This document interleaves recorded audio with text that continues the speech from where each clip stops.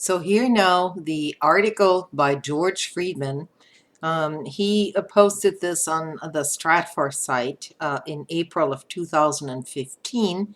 Much of this has already gotten out there in some way or another during a publicized speech, which is sort of circulated throughout the internet. But he fleshes it out a little bit more here in this article. Uh, I'm not going to quote the entire thing because I don't want to be in violation of the copyright of Stratfor. But what he is essentially saying here is that World War II, under the subheading of World War II and the birth of an empire, he begins as follows.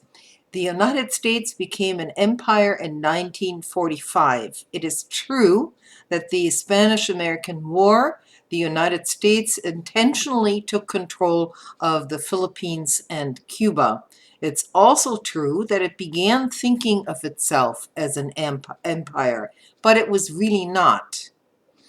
Cuba and the Philippines were the fantasy of empire, and this illusion dissolved during World War I, the subsequent period of isolationism of the Great Depression.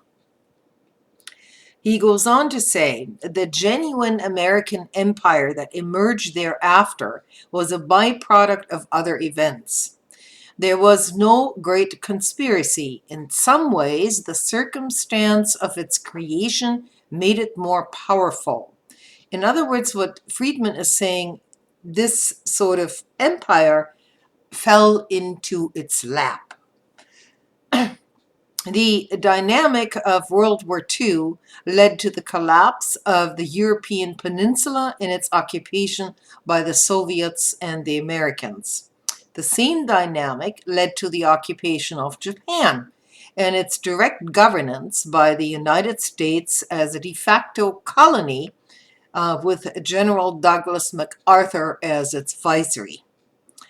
The United States found itself with an extraordinary empire, which it also intended to abandon. This takes some stretch of an imagination here, I would say. But Friedman continues, this was a genuine wish and not mere propaganda. First, the United States was the first anti-imperial project in modernity. It opposed empire in principle.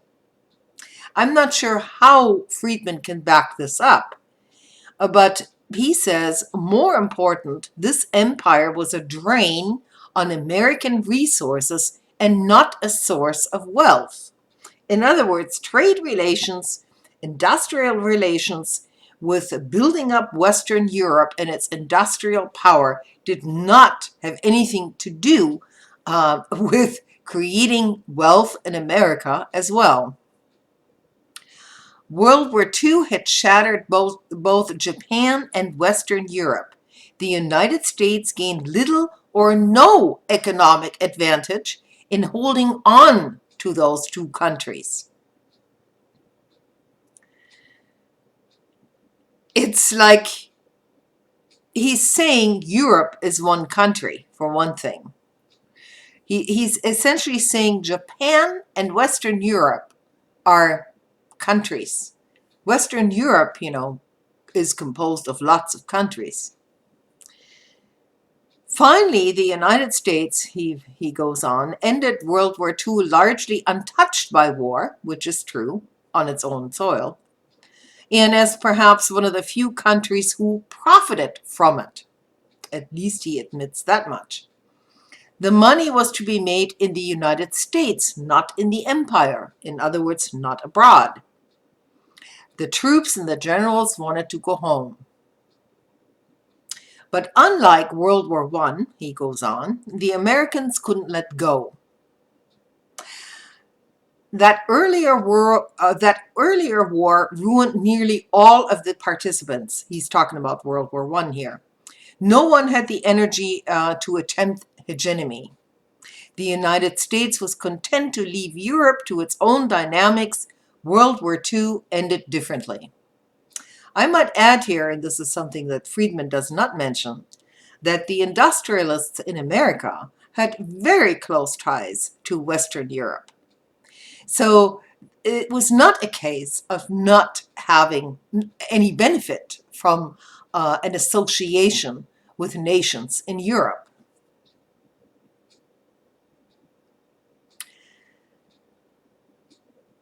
But unlike World War I, the Americans couldn't let go, he says.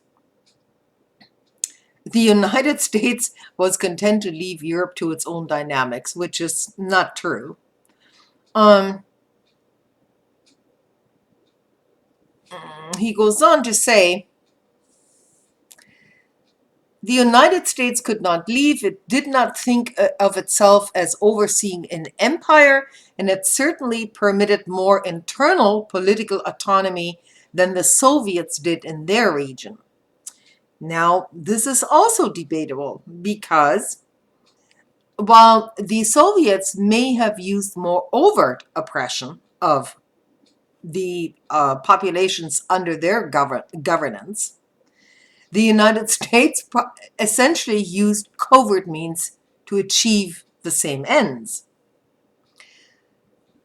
Yet, Friedman goes on to say, yet in addition to maintaining a military presence, the United States organized the European economy, precisely, and created and participate in the European defense system. If the essence of sovereignty is the ability to decide whether or not to go to war, and in this Friedman is essentially correct, that power was not in London, Paris, or Warsaw. It was in Moscow and in Washington. The organizing principle of American strategy, Friedman continues, was the idea of containment. Unable to invade the Soviet Union, underline here the word unable to invade the Soviet Union. So presumably, this would have been a good objective to have if you actually had that capability back then. This is in essence what Friedman is saying here. The organizing principle, in other words, was just containment. But if we had the capability back at that time to invade the Soviet Union, then surely Friedman would have been in favor of it. The Soviet strategy was to flank the containment system by supporting insurgencies. These were evidently not people-motivated things. They were simply insurgencies and allied movements as far to the rear of the US line as possible. The European empires were collapsing and fragmenting. Now, one has to ask a really important question here. What were these European empires exactly? Now, Great Britain was already waning in its great sea power and so on, because Great Britain really was an empire. What other empires inside Europe is Friedman talking about here? He basically is saying, so the Soviets are, the European empires were collapsing.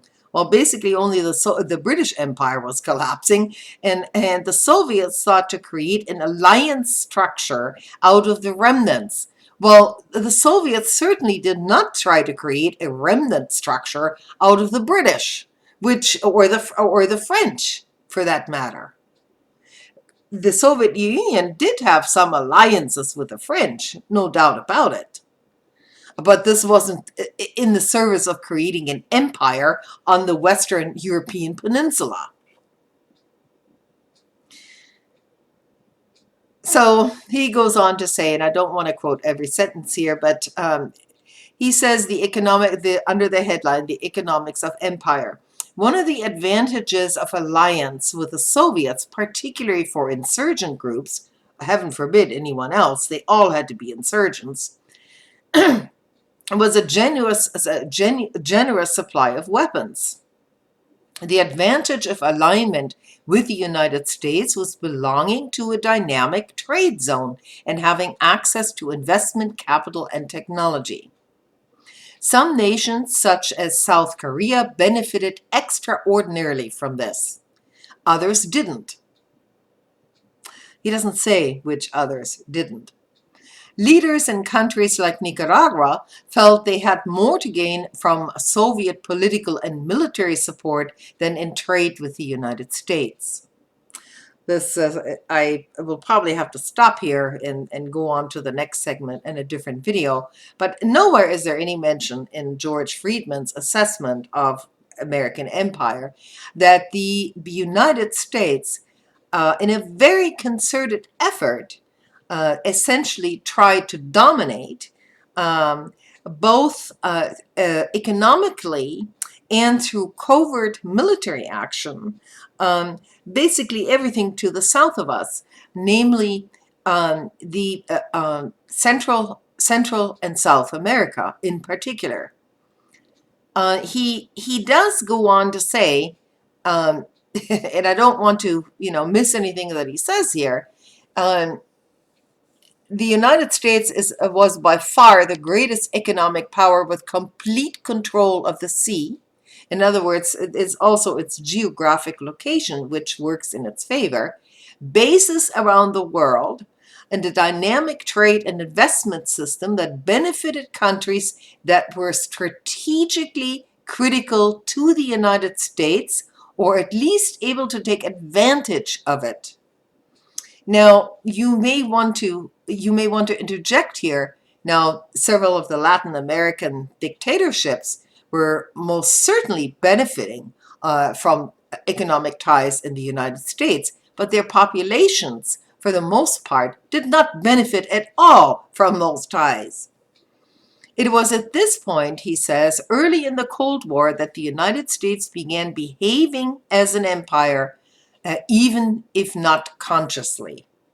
Now, again, this is why I disagree with George Friedman, because it was a very conscious effort to essentially go into Central and South America, get to the resources that were necessary to basically a building up of an American lifestyle, namely through oil production, food production and other things in those countries, in order to be a dominant actor in the region. Okay, this is going to be, I think I'm going to make this, 2 or 3, maybe 4 parts, okay?